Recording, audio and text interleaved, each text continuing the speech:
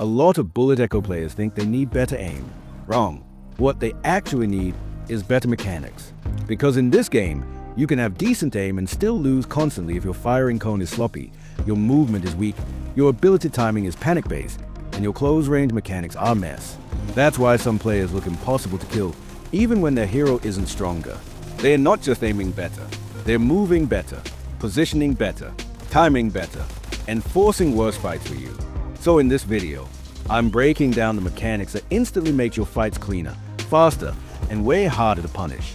And if you haven't watched part 1, click the link above first. That one covers the mistakes and habits. This one fixes the mechanics.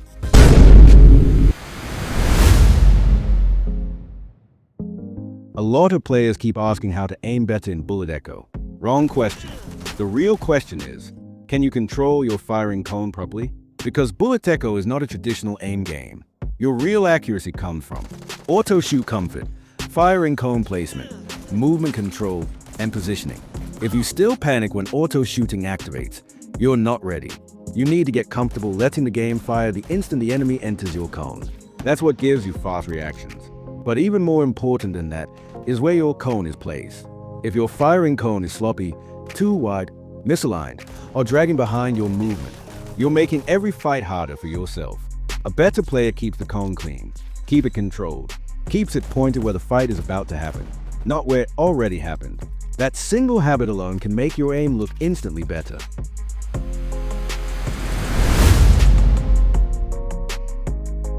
This is where a lot of egos get exposed. Yes, aim matters, but in Bullet Echo, movement wins more fights than raw aim. If you stand still and just trade damage, you are making the game easier for the enemy. You need to move in a way that keeps your damage consistent while making their damage weaker. That means strafing, repositioning, using cover, moving between obstacles, keeping your cone aligned while you move. The best players don't just walk, they fight while moving correctly. And if your movement is trash, a good aim won't save you.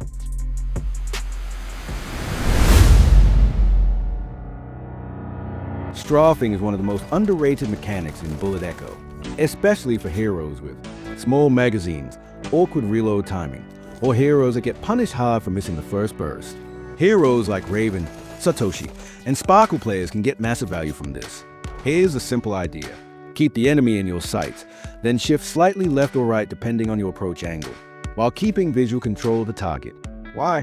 Because it helps you close distance safely, reposition without exposing too early, avoid awkward auto-fire triggers, and enter the fight in a better shooting angle. That means better first contact damage. And in Bullet Echo, first contact damage often decides the whole fight.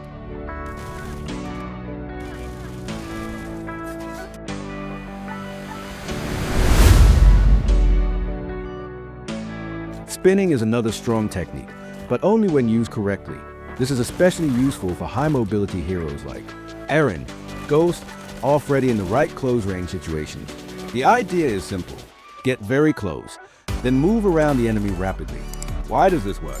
Because at close range, the enemy's firing cone can struggle to track you cleanly. They can briefly lose clean contact, their shots become inconsistent, and you force awkward damage windows. But listen carefully. This is not a spin like a clown every fight mechanic. If you do it mindlessly, you'll throw. Use it when you're already close. Your hero can abuse mobility, and the enemy weapon setup struggles in tight tracking. Smart spinning creates confusion. Stupid spinning creates a free death.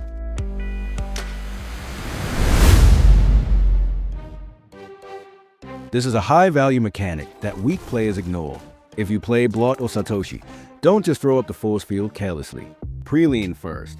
Slightly shift right or left before activating the shield. Why? Because force field deployment has a small delay, and if you shoot first and panic shield after, you can get punished during that vulnerable timing window. Worse, your firing cone can widen awkwardly after shield placement, which can waste bullets, cause bad tracking, or force a reload at the worst moment. That pre-lean helps reset the angle, tighten your shot setup, and make your first protected burst much cleaner. Tiny mechanic, massive difference.